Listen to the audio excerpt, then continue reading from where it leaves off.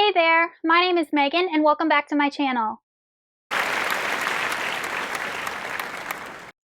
Today I'm going to be discussing standalone science fiction books that I own and still need to read.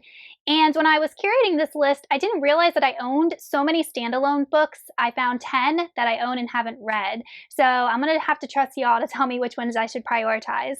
But before we go ahead and get on into the books, if you are not already subscribed to my channel, please go ahead and hit that subscribe button, as well as the little bell icon so you can be notified every time I post new bookish content. I post new videos every Monday, Wednesday, Saturday, and sometimes other days throughout the week. Also, don't forget to check down the description box for links to my social media, my Buddy Read Discord, and my Patreon, where you can be entered into winning book giveaways from me. These books are in no particular order, and the first one is All Our Wrongs Today by Elon Mastai.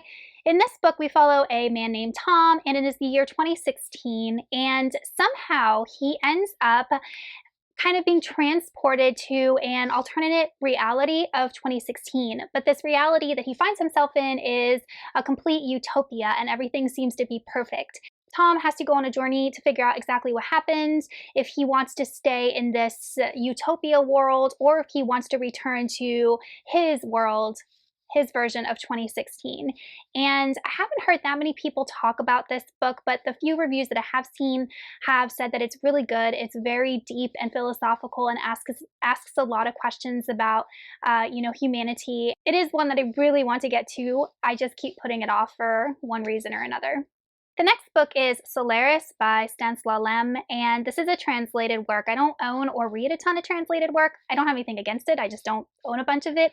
And it's a very short science fiction novel. But in this book, we follow a character named Chris, and he is sent to this other planet to study its oceans. And once he gets to this planet, he experiences almost a likeness, like an animated memory of either his dead wife or lover or something like that. And he has to encounter this likeness.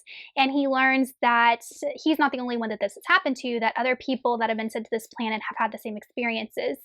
So I've heard that this book is extremely emotional, that it will make you cry, and I really don't know what to expect from it. Like I said, it's super short, and it's another one that I want to prioritize and just haven't gotten around to.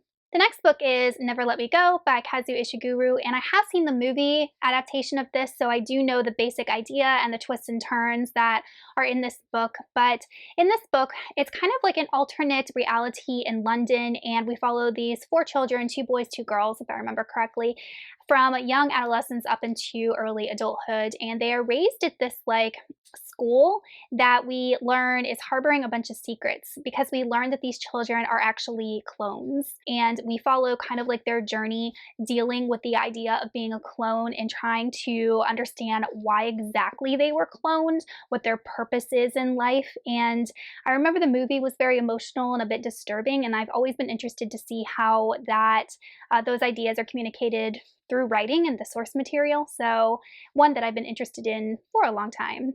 Next, we have I, Robot by Isaac Asimov, and as far as I know, this is kind of a collection of essays or short stories that were compiled into a book, kind of like The Martian Chronicles by Ray Bradbury, is kind of how I equated it. And I tried to read Foundation by Isaac Asimov, and I could not get into it at all. But I've heard really good things about this book, and it's one that I wanted to read for the longest time. And all I know is that it follows different stories about artificially intelligent beings, ones that serve humanity, ones that go crazy, rogue AIs, and it just kind of follows their stories. That's all I know about it. And once again, it's short. It's one I've been interested in and hopefully can prioritize at some point. And I do want to give Isaac Asimov another chance, just because he is such a celebrated sci-fi author, and Foundation is such like an epic series. By the way, the Apple TV show of it that's coming out looks amazing. Next is Contact by Carl Sagan, and this is another example of where I've read or I've watched the film adaptation, and I really enjoyed the movie of this, which is why I always wanted to read the book. And Carl Sagan is another very celebrated writer, and I've never read any of his work. But in Contact, we follow a team of scientists that receives a signal from somewhere outside of Earth. I don't even know if it's in our solar system. And a team of scientists is gathered together to try and figure out the source of the signal and what's going on with it. And In the movie, we follow one particular scientist. I don't know if the book is going to be the same, but there were just some scenes in the movie that were just very heart-wrenching and very deep, and I've always wondered if the book is going to have those same moments that really, really are heart-gripping, and I'm just curious about it. It's a cool concept. Next, we have The Stars Are Legion by Cameron Hurley, and I remember seeing this in the used bookstore that I go to a lot and picking it up because it had the, I think it's Hugo Award on here, and I looked up Cameron Hurley and I see that she writes a lot of science fiction, and the reviews of this book seem to be like hit or miss. A lot of people like it, a lot of people don't like it. They say that it's very weird, and there's almost like, I don't know if it's described like body horror in this, but some of the scenes are just like kind of gross. I've just heard that. So I don't know what to expect going into this book, which I think is why I have put off reading it for so long, because I'm scared that I'm really going to dislike it. All I know about this book is that there are these ships called world ships that are very, very coveted, and our main character wakes up on one of these ships one day and can't remember anything, and the people on board keep telling her that she is their family and their salvation, and there is this war going on for control of these different ships. That's all I know about it, and I don't know. If you've read this, guys, let me know, because I can't decide if I even want to keep it or if I'm going to unhaul it, because I'm just scared that I'm really not going to like it. So if you've read this book, let me know.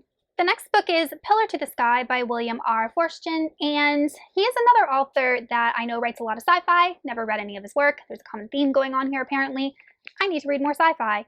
But in this book, we are following a world, an Earth that is just in utter destruction. There has been environmental issues, political unrest, wars, and we follow a team of scientists, etc., who are commissioned to build a space elevator.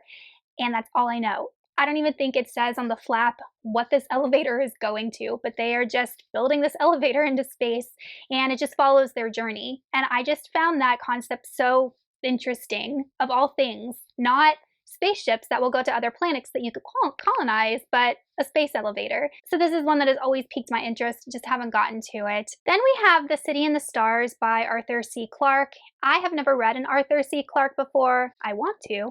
I'm pretty sure this is a standalone. If it's not, sorry. But this book piqued my interest just because the premise sounded really cool, but it's a post-apocalyptic world, and we're basically following like two city-states, and a long time ago, they decided that it would be best, in order to avoid like violence and war, if they completely cut off communication between each like city-state, and this is where the entire population of the world lives, or in these two cities. And we follow a young man, I think his name's Alvin. Yeah, Alvin. And these two city-states have been separated for so long that the people who currently live in them don't know that the other one exists. Alvin, who's curious, and uncovers this secret, and then the book kind of goes from there. Arthur C. Clarke is such a celebrated classic sci-fi author. I don't know why it's taken me so long to read one of his books, because I've read a couple of short stories by him, and I've loved absolutely all of them. Then we have Sphere by Michael Crichton. Never read a Michael Crichton book before, and this one was recommended as a good place to start. But Sphere is interesting because it takes place on Earth and it takes place under the ocean, so it's not like you are going into outer space in order to have like a good science fiction story. But it follows our world, and some sort of ship is discovered underneath the ocean, and a team is sent to investigate, and they realize that it is not of Earth origin, and they start to uncover the mysteries of this ship and the life that might have lived on it, and the story just revolves around that. I've just heard nothing but good things about it, and hopefully this book will start me on a good journey of reading more Michael Crichton. And lastly, we have Project Hail Mary by Andy Weir. This is a book that came out last year or this year, I can't remember, but it's the same author who wrote The Martian, and this is more of like a space opera type story. We follow a character named Rylan who is on this ship with his team, and they are being sent to another planet on a last mission to save Earth. And one day Rylan wakes up and realizes that all of his mates on his spaceship are dead, and he's by himself, and he still has to carry out this mission, but there is someone else that aids him on this mission. The book doesn't say, or the flap doesn't say who it is, so I don't know if it's like artificial intelligence or alien life. And Rylan continues to go on this mission to save Earth, and I just know that there's probably going to be a lot of humor in it because Andy Weir is known for that, and I've also heard good things about this. Okay, you guys, so those are the 10 standalone science fiction books that I own and still need to read. Let me know in the comments which ones you have read, which ones you suggest, which ones you think I should prioritize, and I will see y'all soon in another video. My cat is trying to jump on me. Goodbye. But it follows our world, and there is some short